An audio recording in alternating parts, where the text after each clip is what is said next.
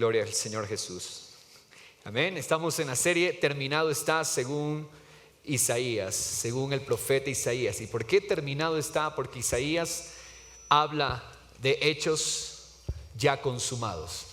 Aunque para Isaías eran hechos que estaban por acontecer, ya que Isaías vivió 700 años antes de Jesús, pero todas esas profecías que él hizo acerca de Cristo y acerca de Israel son consumadas todas en la persona preciosa de Jesús. Por eso el título terminado está. Amén.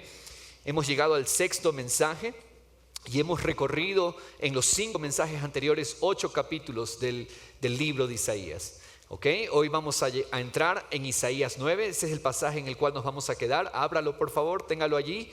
Y si desea, usted puede quedarse allí y el resto de textos y pasajes bíblicos usted los puede leer en la pantalla, para que usted vaya siguiendo la lectura en Isaías 9. Amén.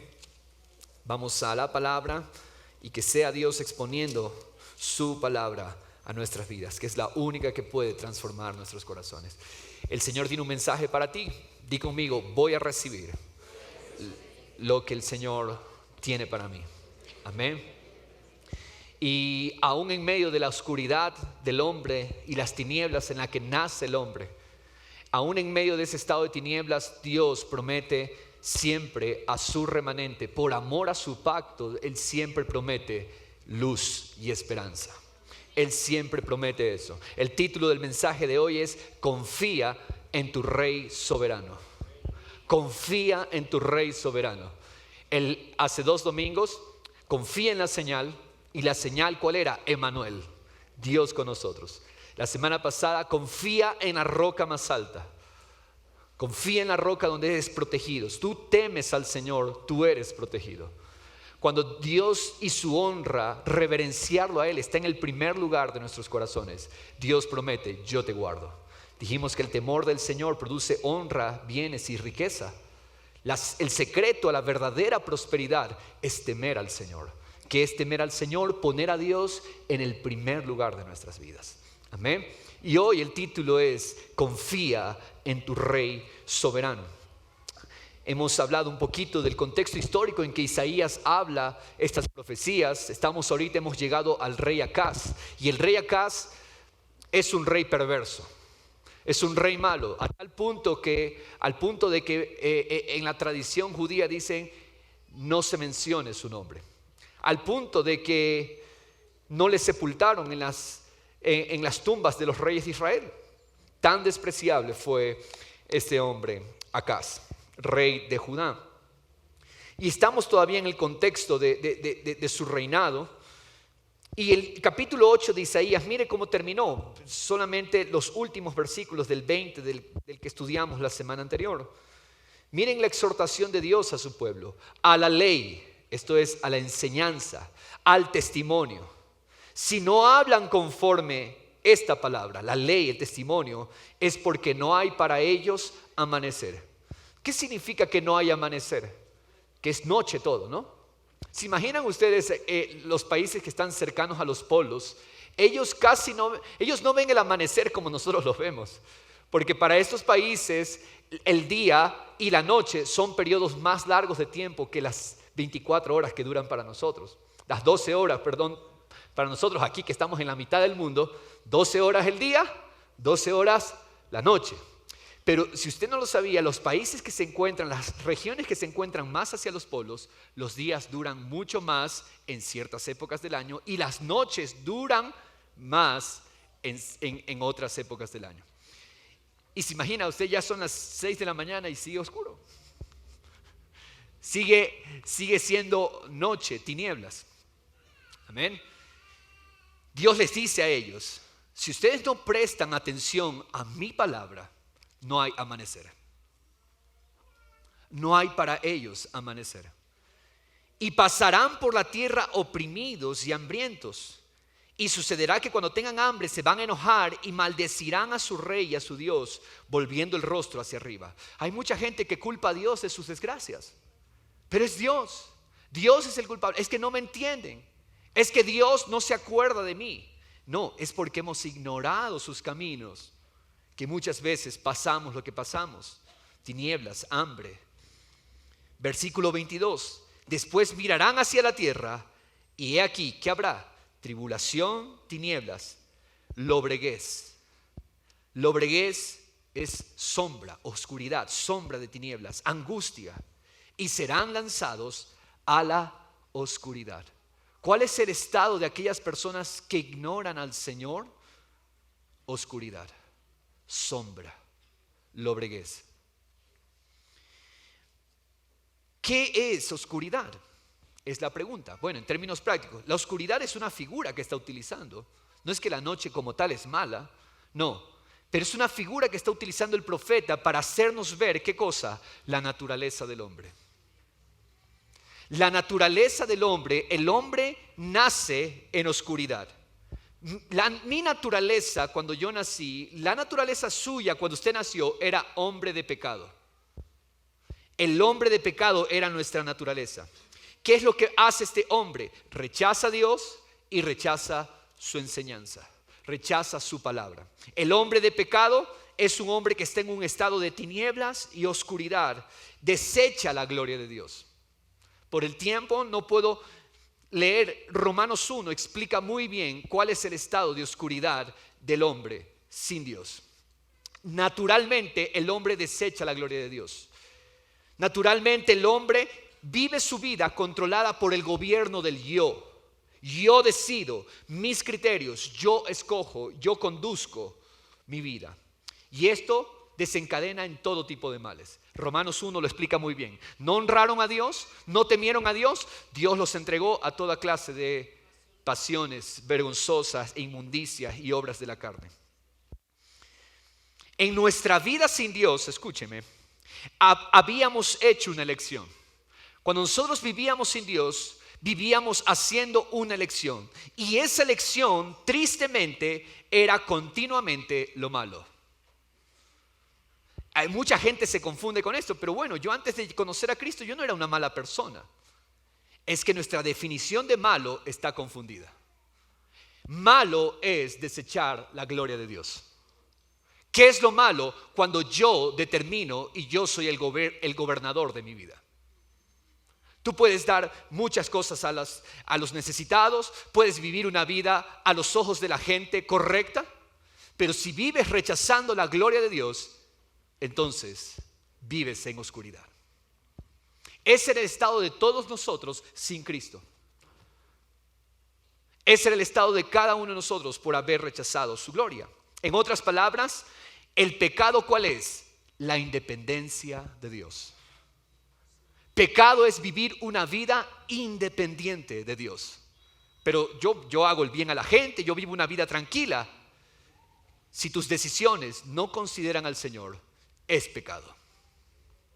Por muy buenas y correctas que parezcan, cuando nuestra vida no considera a Dios en el primer lugar, eso es pecado. Y esa es la naturaleza del hombre. Por eso actuamos sin considerar a Dios. Y déjeme decirle, todo aquello que hacemos aparte del Señor siempre termina mal. Todo lo que hacemos sin el consejo de Dios, todo lo que hacemos sin considerar a Dios, sin decir, Señor, ¿cómo esta decisión que estoy a punto de tomar te honra? ¿Esta decisión que voy a tomar trae gloria a tu nombre? Este negocio, este cambio de casa, este cambio de ciudad, este trabajo, ¿te honra a ti? ¿Es para honrarte a ti? El consejo de Dios, cuando es ignorado, entonces termina mal. Y durante todo ese tiempo que caminamos alejados, hasta antes de tener un encuentro con la salvación de Jesús, déjeme decirle, el juicio era la oscuridad. Esto es tremendo. Mire lo que dice Juan capítulo 3, versículo 19. El juicio, ¿cuál es el juicio? El juicio por haber rechazado el gobierno de Dios. Dice, y este es el juicio. ¿Cuál es el juicio? Que la luz vino al mundo y los hombres amaron más las tinieblas que la luz. La oscuridad es un juicio de Dios por haber rechazado su gobierno. Dice, pues sus acciones serán malas.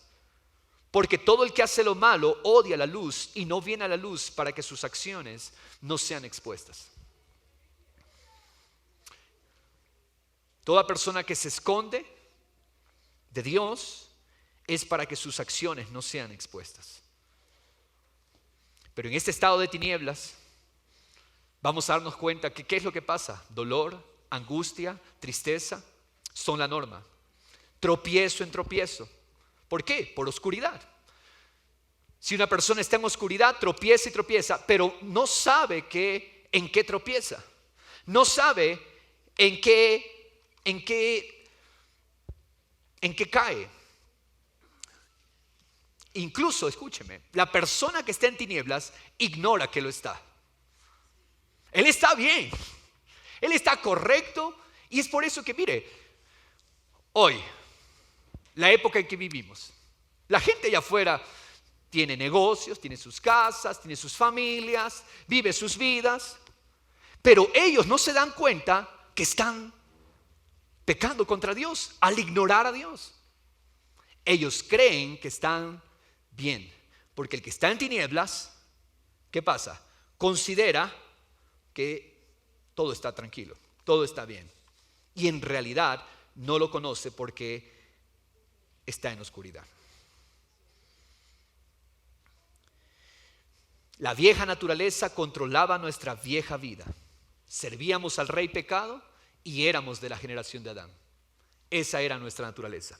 Ahora, pero un buen punto de partida es entender esto. Este era el estado de Israel en los tiempos de Isaías. Pero nuestro estado natural con el que nacimos no era mejor que el de Israel. Porque cuando vemos la condición del pueblo en ese momento, gobernado por tinieblas como juicio, y la comparamos con nosotros, nos damos cuenta exactamente lo mismo. Cuidado con llegar a pensar que somos mejor que el Israel de Isaías, porque nuestra condición fue similar. Escúcheme, yo estoy hablando en pasado, porque todos los que estamos en Cristo somos una nueva creación. Amén. Esa es la buena noticia. Pero es importante, para fines de comparación, darnos cuenta que nuestra condición era similar a la de Israel. Nuestra condición pasada, nuestro viejo hombre, era esa realidad. Amén. También, al igual que Israel, éramos necios. Al igual que Israel, éramos obstinados, orgullosos. Pensábamos que estábamos bien. ¿Qué pasaba con Israel? Ellos creían que estaban bien. Es más, tenían profetas que les profetizaban de acuerdo a sus maldades. O sea, profetas que les decían lo que ellos querían escuchar. Ellos creían que estaban bien, igual que nosotros. Cuando en realidad vivíamos una vida aparentemente buena a los ojos de la gente, pero independiente de Dios. ¿Sabe cuál es el pecado más brutal contra Dios? Independencia de Él.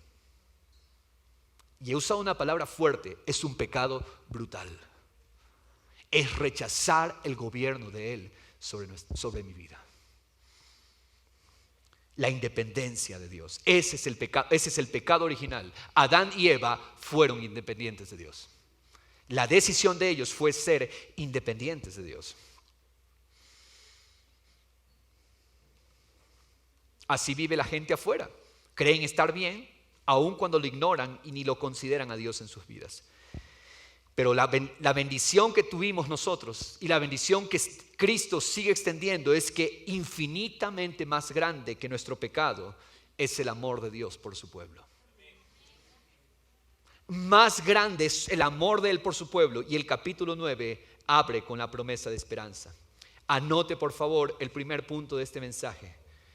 Jesús el Mesías es nuestra luz. Jesús el Mesías es nuestra luz.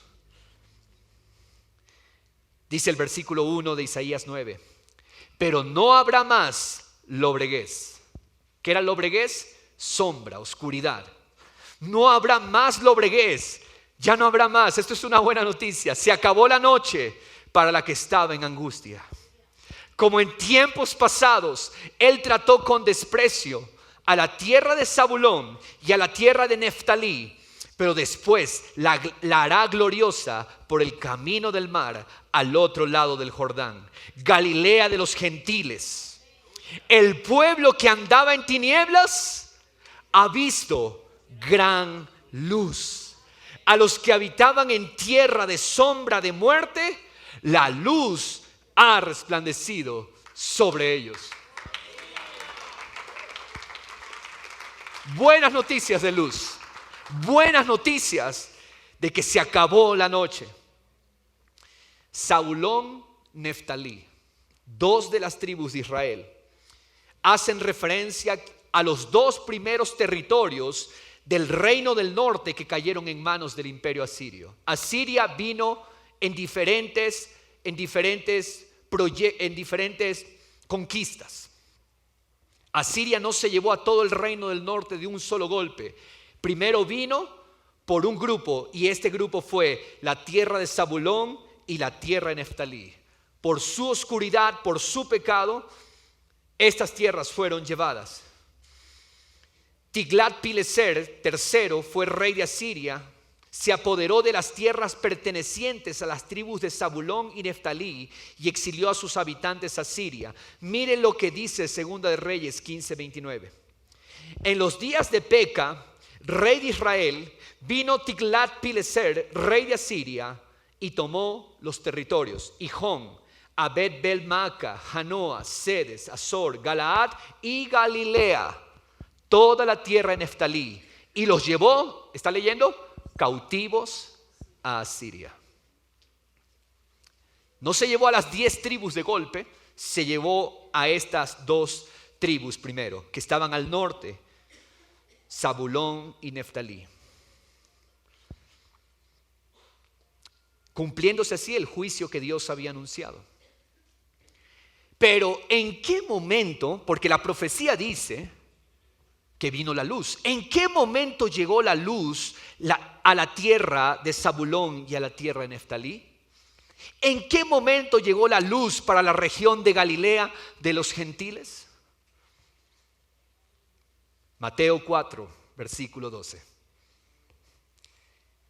Dice Mateo 4:12: cuando él, Jesús, oyó que Juan había sido encarcelado, se retiró a Galilea. Y saliendo de Nazaret, Nazaret era el pueblo de crianza de Jesús, allí se crió él. Saliendo de Nazaret fue y se estableció ¿en dónde? En Capernaum. Estaba en la misma región, pero era otra ciudad diferente a Nazaret. Capernaum era una aldea de pescadores, Capernaum.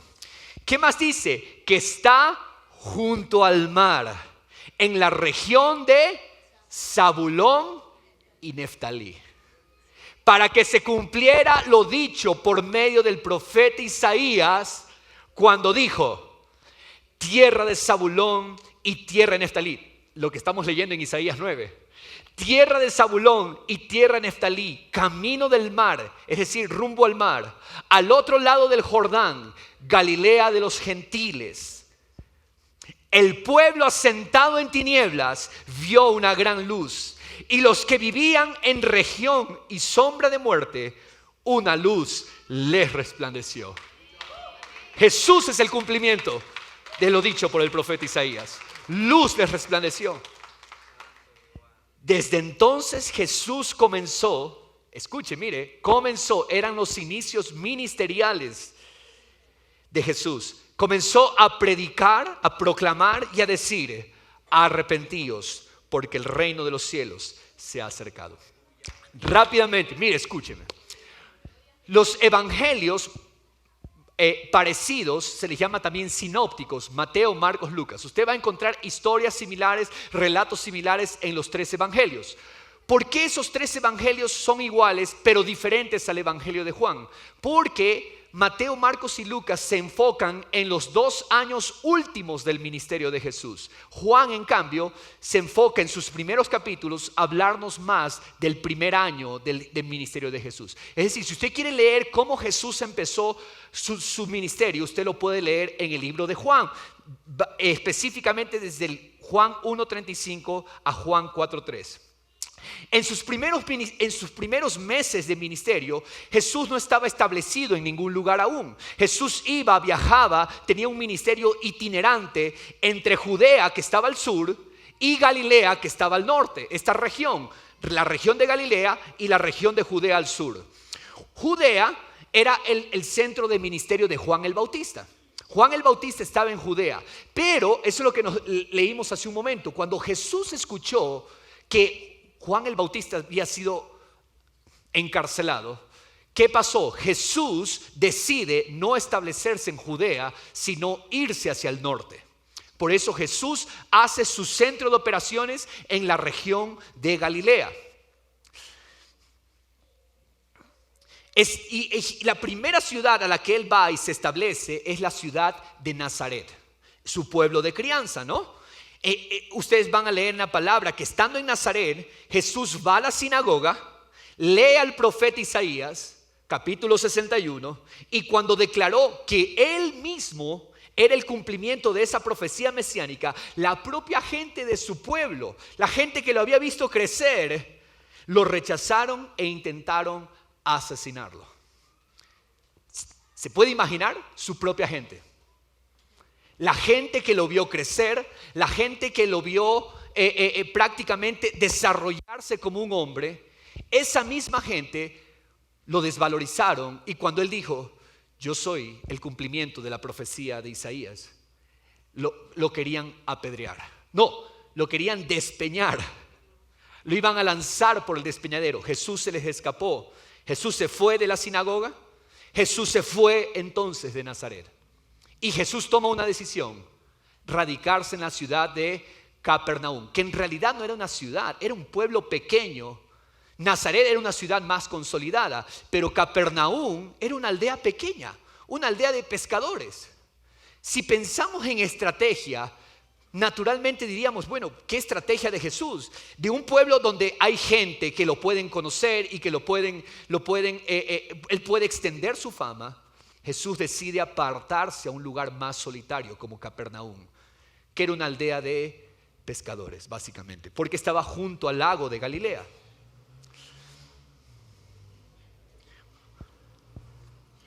A simple vista este cambio nos puede parecer desventajoso, pero déjeme decirle, había un propósito. De igual manera que Juan el Bautista, ¿qué pasó? Él se fue al desierto, él se apartó al desierto. De la misma manera Jesús se sentó en una ciudad calmada como Capernaum. Y la gente que quería oírlo, ¿qué tenía que hacer? Ir hacia Capernaum. En realidad, en Capernaum iban a estar, ¿quiénes? Los que realmente querían escucharlo a Jesús. Iban a ir hasta allá Capernaum a buscarlo. El nombre Capernaum viene del hebreo Kefar Nahum, que significa aldea de consuelo o aldea de reposo. Pero allí en ese lugar pequeño y solitario, mucha gente llegó y encontró consuelo y reposo en Jesús. Y de hecho, de todas partes llegaban a buscarlo. Mire el testimonio que da Mateo 4:24. Mire lo que dice. Se extendió su fama por toda Siria y traían a él todos los que estaban enfermos, los afectados con enfermedades y dolores, endemoniados, epilépticos o lunáticos, paralíticos, y él los sanaba. Y le siguieron grandes multitudes de Galilea, de Decápolis, que era una región al otro lado del río Jordán, de Jerusalén, de Judea. De Jerusalén y Judea llegaban a Capernaum, y del otro lado del Jordán. Estos dos pueblos que les he mencionado, Nazaret y Capernaum, ambos se encontraban ¿en dónde? En la región llamada Galilea. ¿Ok? Galilea es el nombre de la región, como para nuestro caso sería la provincia, ¿ya? La región se llamaba Galilea, una ciudad de Galilea era Nazaret, donde Jesús creció, y la otra donde Jesús huye y establece su ministerio. La base de operaciones de su ministerio se llama Capernaum. Todo esto de aquí que le estoy hablando, Galilea está al oeste del río Jordán, es decir, entre el río Jordán y el mar Mediterráneo. Galilea era una tierra fértil, se cultivaba, estaba junto al lago de Galilea. Era una región agrícola, muy comercial. A través de este territorio pasaba una vía importante, la Vía Maris se llamaba. Esta Vía Maris conectaba Egipto, que estaba al sur, con Babilonia, que estaba más hacia el noreste. Por allí, por Galilea, pasaba la Vía Maris Y entonces, ¿qué se imagina? Galilea era una zona comercial, la región como tal era comercial, mucho movimiento económico. Por eso es que vemos que Isaías en su profecía, en Isaías 9, donde estamos, la llama camino del mar, porque bajaba por la costa del mar Mediterráneo. Había un tránsito continuo de gentiles por la vía maris. Entonces, Galilea, al ser un lugar de tránsito y de comercio, no era una ciudad muy espiritual, que digamos, no era una región muy espiritual, que digamos. Habían muchos asentamientos de naciones, por eso se le llama Galilea de los gentiles. ¿Sí? Ahora usted entiende por qué se le llama Galilea de los gentiles, porque gente de otras naciones se asentaba en esa región. Por lo tanto, no era una región espiritual, y fue la región donde se asentaron, escúcheme, otros pueblos gentiles que llegaron después. Regresemos, estamos en el tiempo de Jesús, vamos a regresar a los tiempos de Isaías. Cuando Asiria se lleva a las tribus del norte, otras naciones llegaron a esos territorios y empezaron a poblarlos. ¿Ok? Entonces, las naciones que llegaron se mezclaron con los pocos israelitas que quedaron en esa zona. En el tiempo de Jesús, muchos judíos vivían en Galilea, pero también había gran presencia de gentiles. Por eso es que, a pesar de la influencia gentil de Galilea, Jesús se establece allí, cumpliendo así la profecía de Isaías que decía: en ese lugar de tinieblas, luz iba a resplandecer. Amén. La decisión también de Jesús de vivir al norte conlleva un mensaje profético. Básicamente es este: en esa región donde antes estuvieron las 10 tribus, ¿se acuerda que yo le mencioné en uno de los mensajes que esas 10 tribus prácticamente se perdieron? Las 10 tribus perdidas, esa región, en esa región de Galilea existieron esas 10 tribus que ahora están perdidas. Las 10 tribus israelitas del norte que se desvincularon del reino de Judá, de los reyes del linaje de David. Entonces Jesús en Mateo 15:24 dice: no he sido enviado sino a las ovejas perdidas de la casa de Israel. Entonces hay ahí también una connotación, Jesús refiriéndose a quiénes, a esas tribus, a esos israelitas que se perdieron. He sido enviado, dice Jesús, a las ovejas perdidas de la casa de Israel. En este contexto de tinieblas es que Jesús el Mesías hace su aparición, cumpliendo así la profecía de Isaías. El versículo 2 dice, de Isaías 9, el pueblo que andaba en tinieblas ha visto gran luz, porque el Mesías es la luz. ¿Hay tinieblas en tu vida? ¿Hay oscuridad? ¿Ves que no hay amanecer? El Señor es nuestra luz y Él viene a disipar toda tiniebla. Es más, no solamente que Él es luz, Él te hizo luz a ti. Él puso su luz en ti. Por lo tanto, las tinieblas, tienes todo el derecho de ordenarle: tinieblas se disipan, porque yo soy luz en el Mesías. Yo soy luz en el Señor, porque la luz nos habita. Enfermedades, descalabros, problemas sin resolverse, no pueden ser la norma de los que son luz, porque fuimos llamados a resplandecer. El Mesías es la luz. Tú y yo fuimos acercados a Él por medio de la fe en la obra de Cristo. Por lo tanto, nuestra realidad es: somos luz. Nada nos puede apartar de esa realidad, de esa seguridad de estar en Él. Mire lo que dice el apóstol Pablo en 1 Tesalonicenses 5:4. Pero ustedes, hermanos, más vosotros, hermanos, este es el mensaje de Pablo a la iglesia Centro Familiar Cristiano en Cuenca, Ecuador. Miren lo que nos dice el Señor.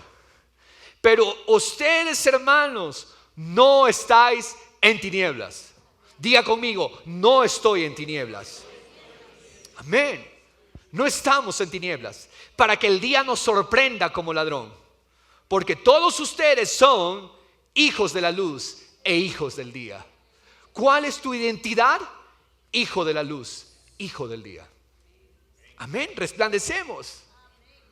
Somos hijos de la luz, hijo del día. Dígale a la persona que está a su lado, si es mujer, le dice hija de la luz, hija del día. Si es hombre, tú eres hijo de la luz, hijo del día. Amén. Hijos de la luz. No hay oscuridad. Porque dice, no somos de la noche ni de las tinieblas. Dígale al que está oscurecido, no eres de la noche ni de las tinieblas. Tiene que verse la luz. Ahora, ¿cómo se ve esa luz? Segundo punto.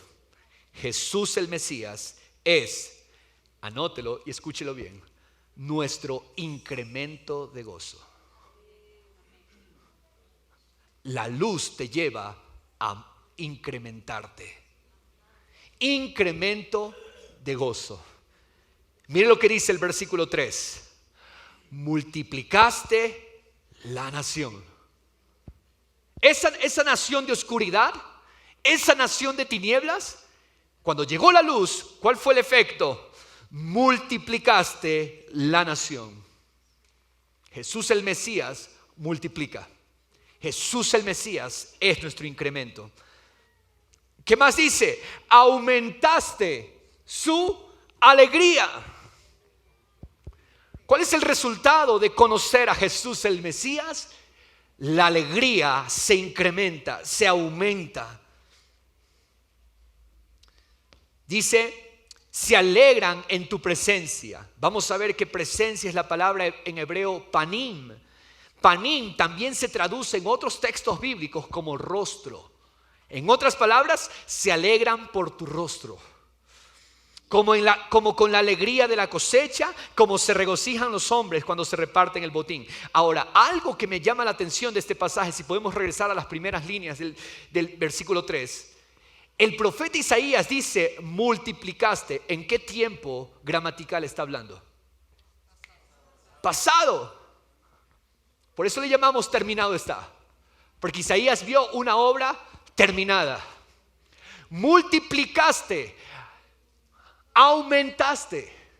Isaías está viviendo 700 años antes del Mesías, pero él dice, ya está hecho.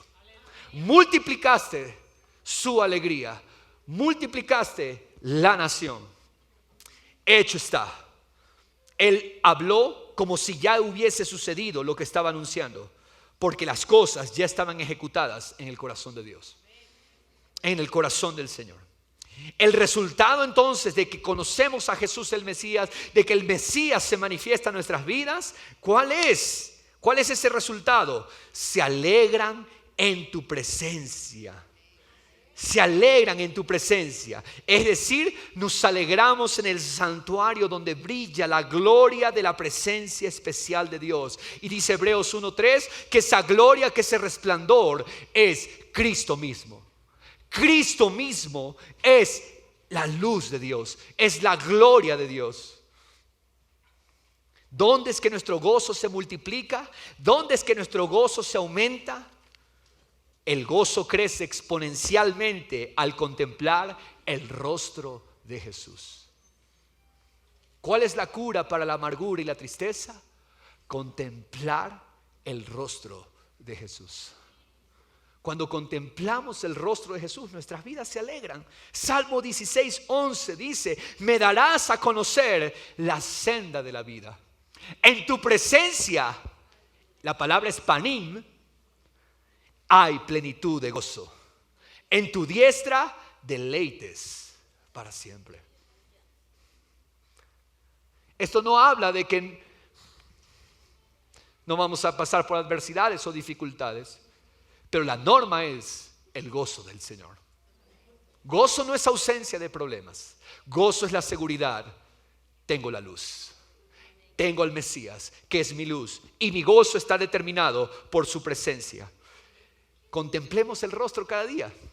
Déjeme decirle, si aprendemos a contemplar el rostro de Jesús cada día, a través de su palabra, meditando en ella, si aprendemos a contemplar el rostro de Jesús, teniendo comunión con Él por medio de la cena del Señor, teniendo comunión con Él por medio del estudio bíblico familiar, Si aprendemos a contemplar el rostro de Jesús, vamos a ser el pueblo más feliz, más gozoso.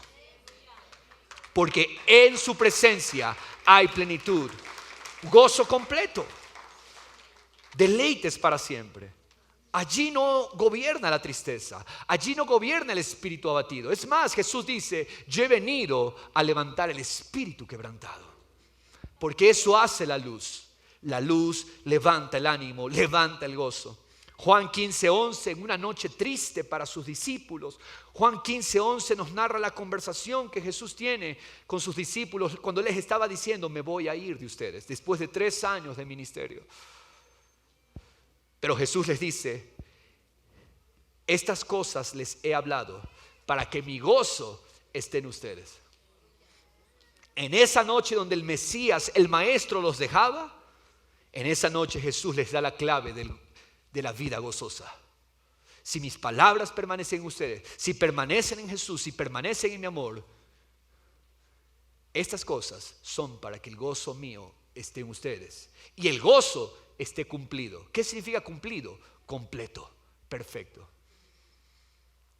Amada iglesia, de verdad, si esa es una de las reformas que tenemos que hacer, es convertirnos en el pueblo del gozo, en el pueblo de la alegría, en el pueblo que disfruta y que se deleita aún a pesar de las circunstancias que puedan alrededor cernirse.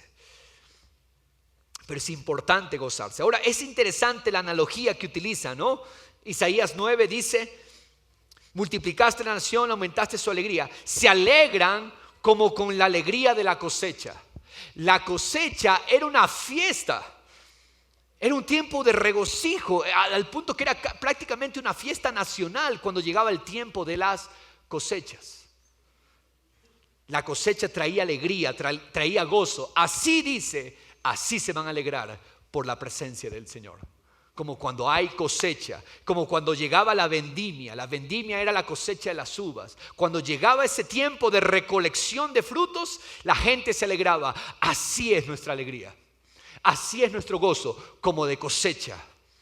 Porque hay fruto abundante, aquel que se goza en el Señor. Esta es una clave para tener fruto, gozarse. Gocémonos en el Señor, alegrémonos, hagamos el deleite parte natural de nuestro trabajo. Estas semanas han sido fuertes para la Orquesta Jalel. Hemos estado con presentaciones y los conciertos que hemos preparado. Y créanos, es un trabajo fuerte, un trabajo de logística. En dos lugares, los 2 centros comerciales que estuvimos el fin de semana anterior, nosotros prácticamente teníamos que llevar todos los equipos y armar todo, y en cuestión de minutos armar todo. Y uno llega a correr el peligro de dejar de disfrutar lo que está haciendo, porque estamos en el corre, en el afán. Y esta semana en el concierto que dimos en Otolongo, porque tuvimos más tiempo para arreglar. Bueno, en ese concierto el municipio estaba dando todo el tema logístico, sonido. Entonces tuvimos más tiempo y yo les dije a los chicos, no perdamos de vista que el punto de esto es disfrutar.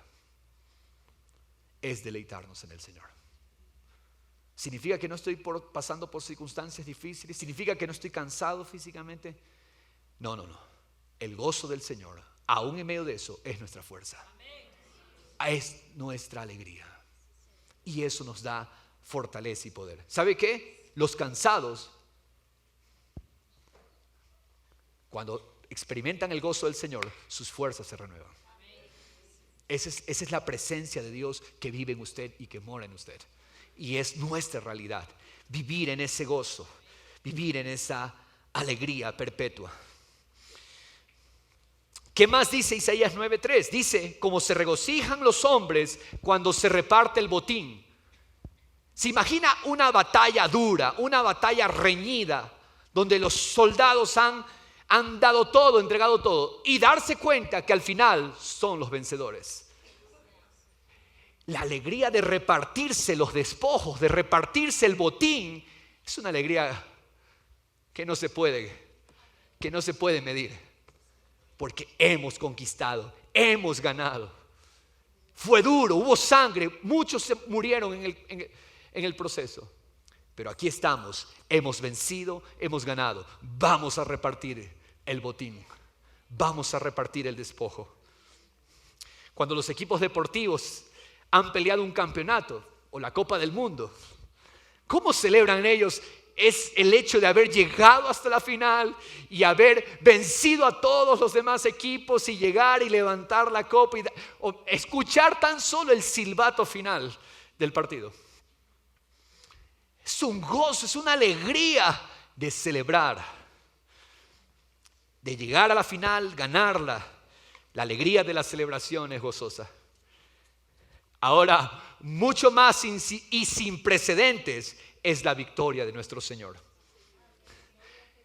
El Evangelio de Cristo nos trajo, ganó para nosotros abundancia, gozo completo y victoria.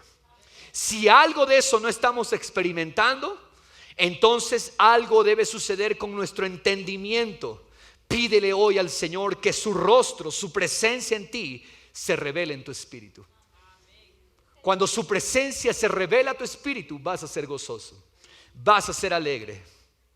Cuando su presencia se revela a tu vida, di conmigo: Padre, gracias porque tu presencia me habita y tu victoria es mi victoria, tu gozo es mi gozo, tú eres mi vida abundante. En el nombre de Jesús. El pueblo del rostro es un pueblo alegre. Amén. Gozoso en medio de las dificultades. Por lo tanto, contemplemos a Jesús.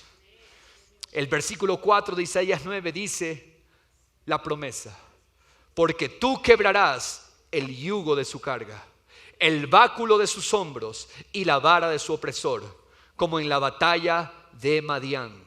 ¿Cuál era la batalla de Madián? No sé si todos aquí han escuchado acerca de Gedeón. Él vivió años antes de Isaías, fue un juez de Israel. Le hago la historia cortita. Con 300 hombres contra un ejército de 10,000, este ejército de 300 venció a ese otro ejército, el ejército de Madián.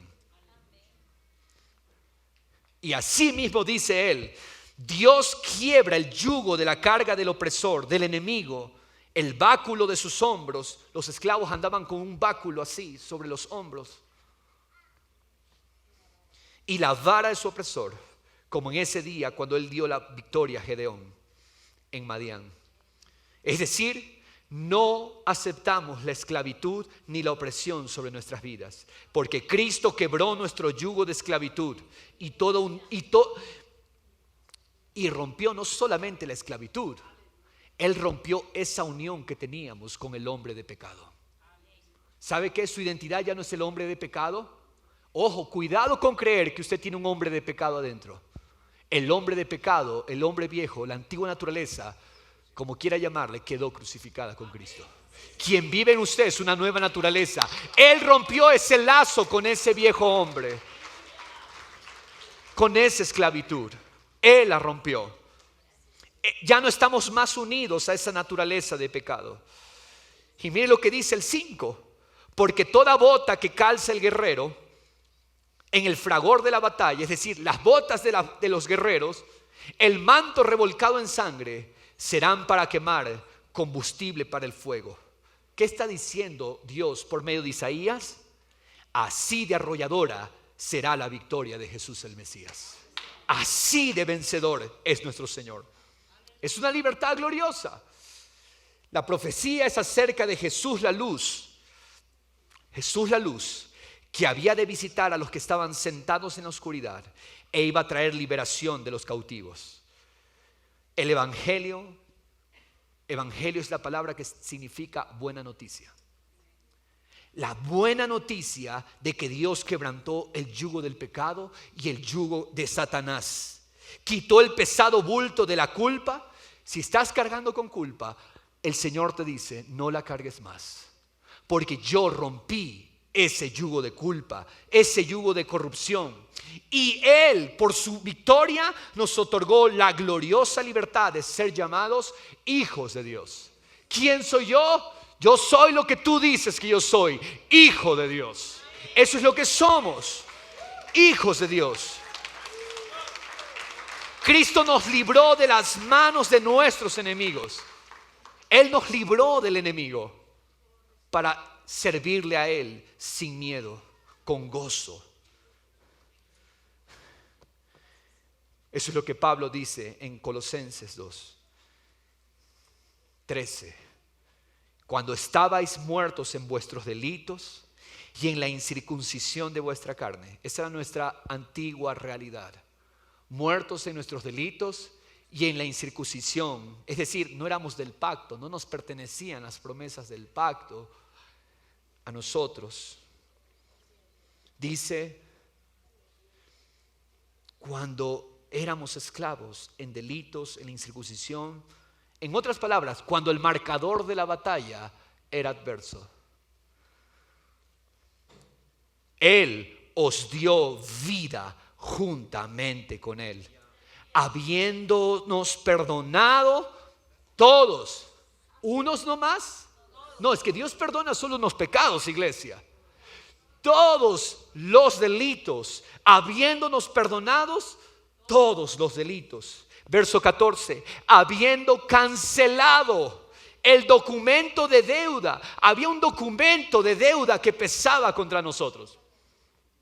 Estaba escrito, sellado, pero Él canceló el documento de deuda que consistía en decretos contra nosotros y que nos era adverso. Y lo ha quitado de en medio. ¿Y dónde lo clavó? Él lo pagó, clavándolo en la cruz. Y habiendo despojado a los poderes, autoridades, hizo de ellos un espectáculo público, triunfando sobre ellos por medio de Él, por medio de Cristo Jesús. Esa es nuestra realidad. Esa es nuestra victoria. Ese es nuestro gozo. Esa es la razón que tenemos para estar felices, aún en medio de la oscuridad del mundo. Él ha ganado. No te salgas de este terreno, iglesia. Esa es la victoria, Jesús. La victoria no es un hecho, la victoria es una persona. Jesús es nuestra victoria. Jesús, el Mesías prometido, es el incremento de nuestro fruto, es el que produce el incremento de nuestro gozo. Y la parte 3 y el punto número 3 de mi mensaje: Jesús el Mesías es nuestro Rey soberano. Esta semana voy a estar compartiendo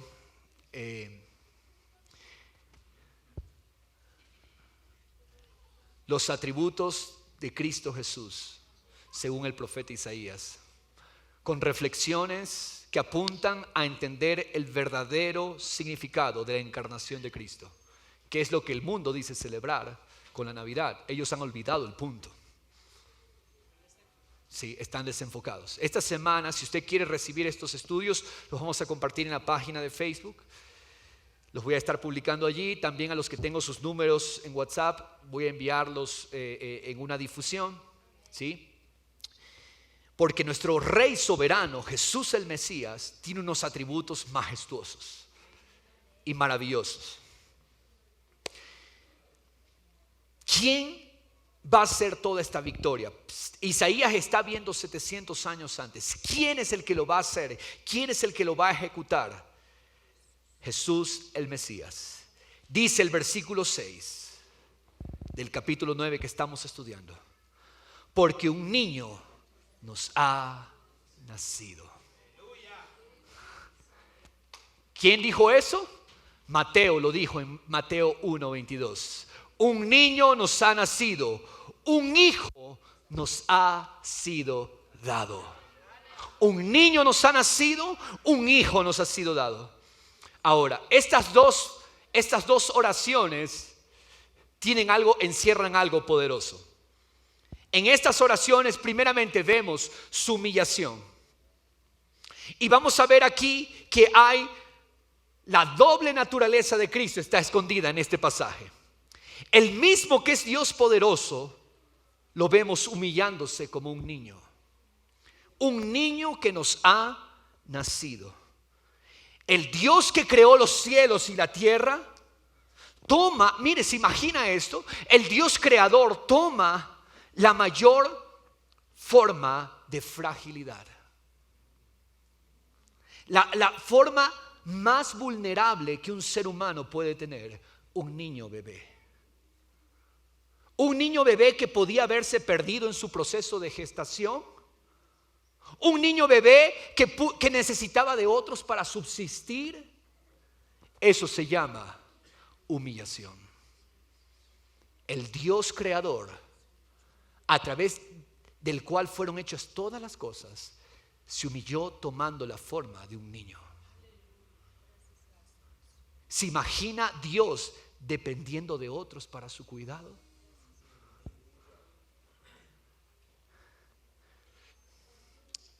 Eso es humillación.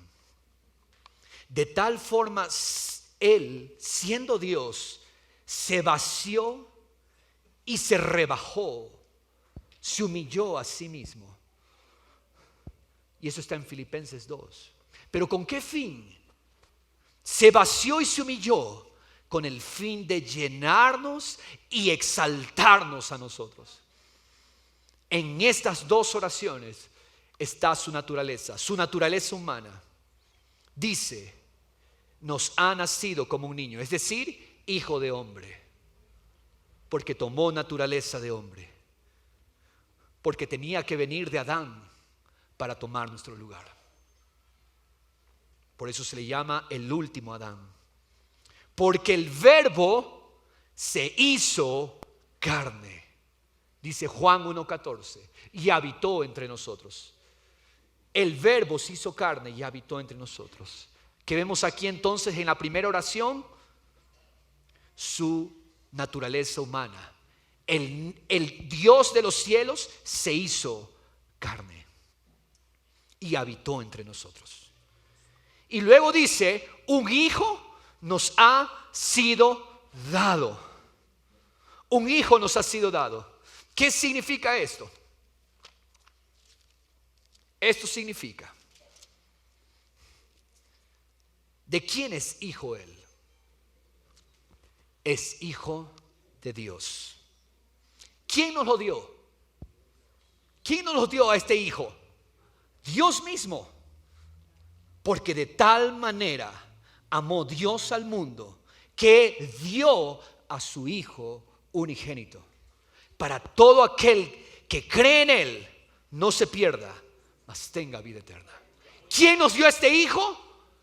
Dios, es decir, Dios mismo, su naturaleza divina. Naturaleza humana, naturaleza divina. Ese es Cristo Jesús. Es más, a los reyes que eran del linaje de David se les conocía como hijos de Dios. Eso está en Salmo 2:7. Al rey David se le conocía como hijo de Dios. Y él vino del linaje de David.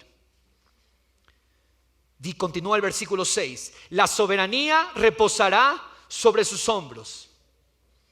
¿Qué es soberanía? ¿Qué significa soberano? En una explicación llana y clara. Soberano es el que gobierna de verdad. Es el gobernador.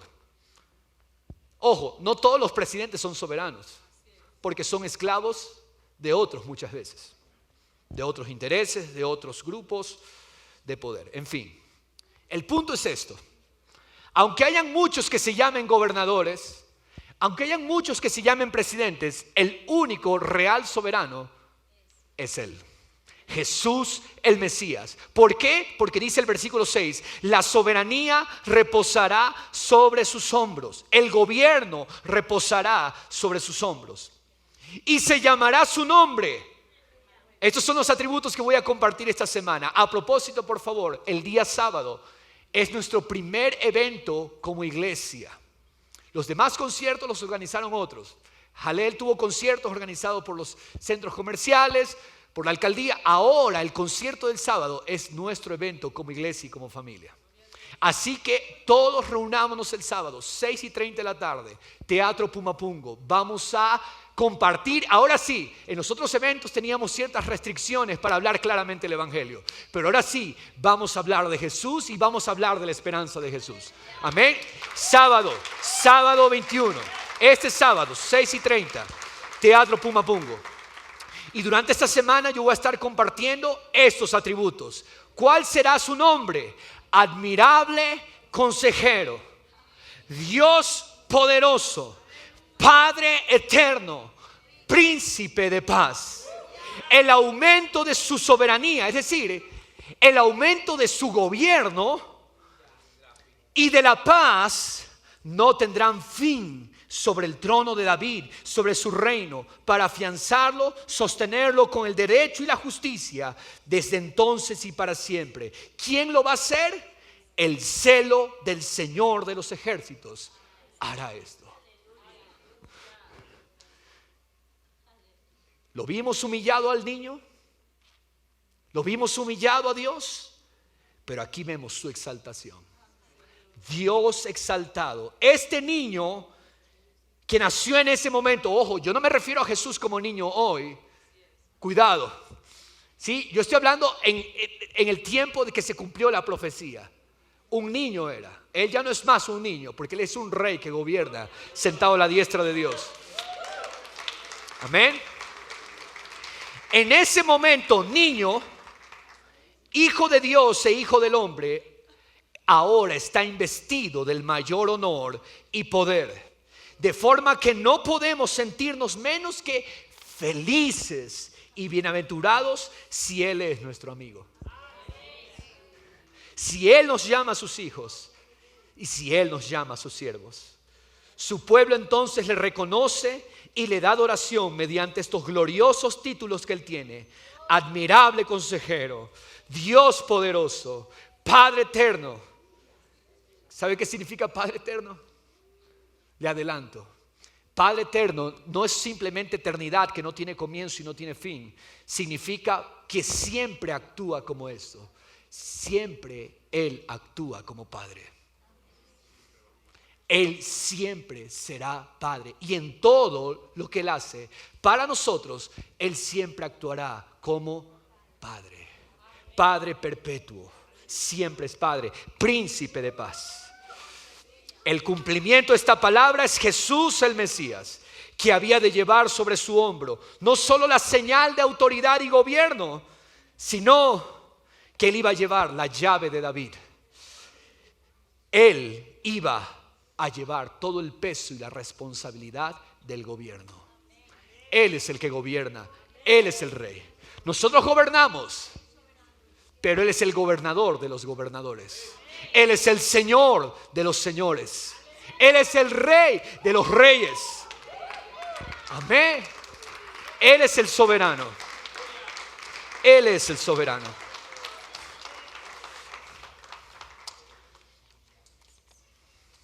El último versículo que quiero leer con usted, porque no vamos a cubrir, porque es una serie que se extendería muchísimo, Dios de la gracia, en cualquier momento, pero los demás versículos de Isaías 9 no los vamos a estudiar, pero quiero que lea el versículo 13 de Isaías 9.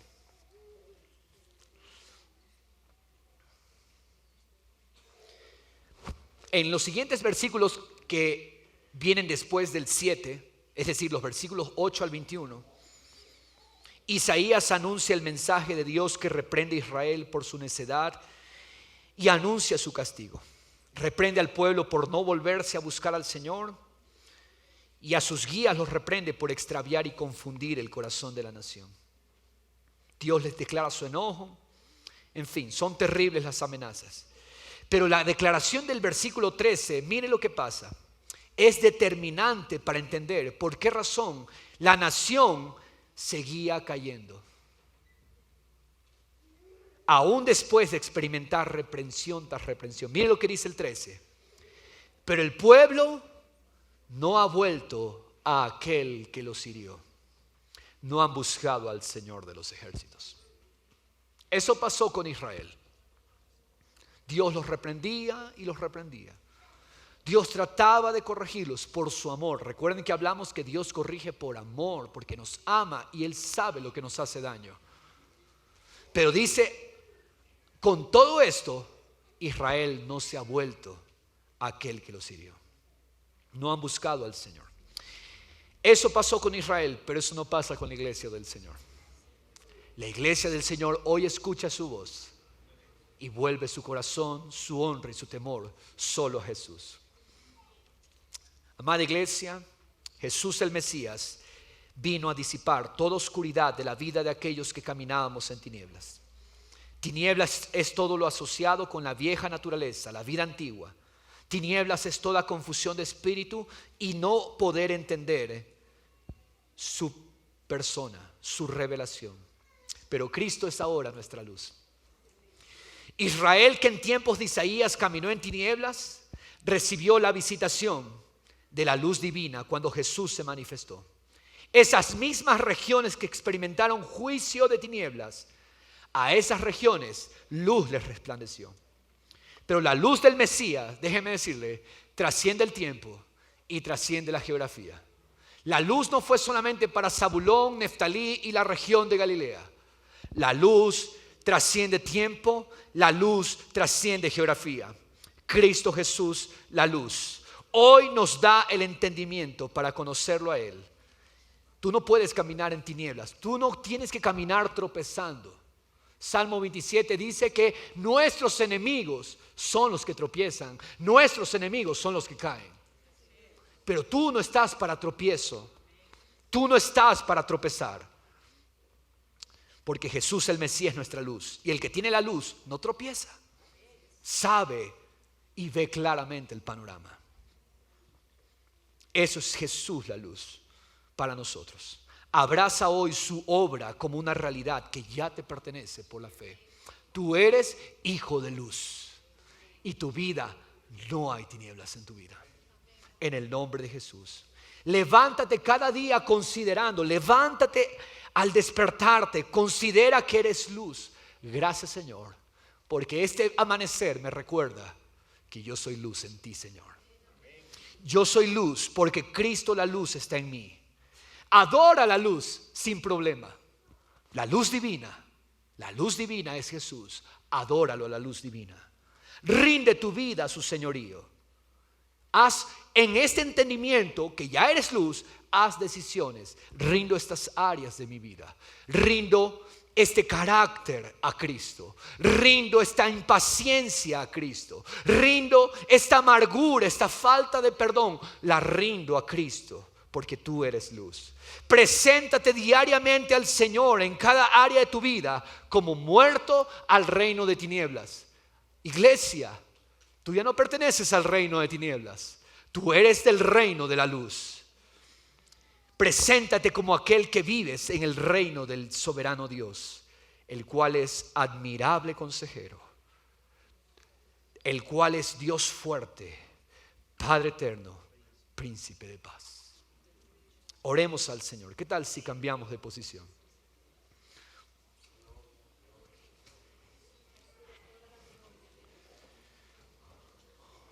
Oh, mi Rey.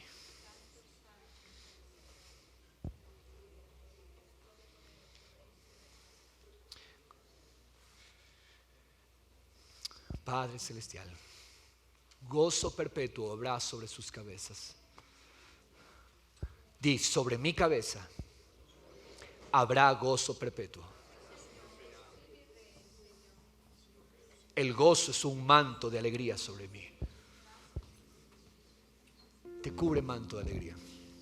Dice el apóstol Pablo en Colosenses 9, y así yo voy a orar por la iglesia del Señor. Y vamos a repetir juntos esta oración poderosa que hace el apóstol Pablo en Colosenses 1:9. Dice el apóstol Pablo: no hemos cesado de orar por vosotros y de rogar. Y así vamos a orar hoy y rogar. En el nombre de Jesús decimos, iglesia, que hoy somos llenos. Di conmigo, hoy soy lleno del conocimiento de su voluntad en toda sabiduría y comprensión espiritual. El sabio habita en mí y yo comprendo sus misterios. Su revelación está en mi corazón. Aleluya. Di conmigo, yo ando como es digno del Señor. yo camino agradándole en todo, dando fruto en toda buena obra y creciendo en el conocimiento de Dios. Soy fortalecido con todo poder según el poder de su gloria, y yo obtengo toda perseverancia, paciencia. Con gozo doy gracias al Padre que me ha capacitado para compartir la herencia de los santos en luz, porque Él me libró del dominio de las tinieblas y me trasladó al reino de su Hijo amado. En Él tengo redención, en Él tengo perdón de los pecados, porque Él es la imagen del Dios invisible, el primogénito, es decir, el primero en prioridad, el primero en soberanía, porque en Él fueron creadas todas las cosas, las que están en los cielos, las que están en la tierra, las que puedo ver, las que no puedo ver, tronos, gobiernos, poderes, autoridades. Todo fue creado por medio de Él y para Él. Y Él es antes de todas las cosas, y todas las cosas permanecen en Él. Él es la cabeza del cuerpo, que somos nosotros, la iglesia. Tú eres nuestra cabeza, y tú eres el principio, el primero entre los muertos, porque resucitaste, porque en todo llevas la primacía, porque agradó al Padre que en Cristo habitara todo Dios, y por medio de Él reconcilió todas las cosas. Hoy hay paz por medio de la sangre de su cruz. Estoy en paz. Di conmigo: ya no hay cargos contra mí, porque Él hizo la paz. Oh, gracias, Señor. Aunque estuve alejado y era de ánimo hostil, yo estaba ocupado en malas obras. Sin embargo, ahora Él me ha reconciliado en su cuerpo de carne mediante su muerte, para presentarme santo. ¿Cómo te presentas al Señor? Santo, especial, apartado, sin mancha, irreprensible, porque permanecemos en la fe, bien cimentados, constantes, sin movernos de la esperanza que hemos oído, la esperanza proclamada a la creación, y del cual usted y yo hemos sido hechos ministros en el nombre de Cristo Jesús. Gracias, Señor. Adoremos al Rey admirable, al consejero Javi. Amén. Gracias, Señor Jesús. Gracias, Padre. Gloria a Jesús. Gloria a Jesús.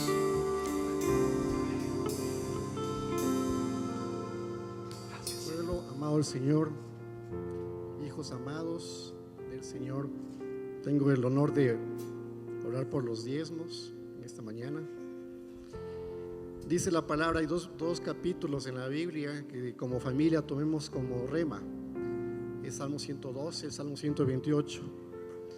Dice: bienaventurado el hombre que teme a Jehová,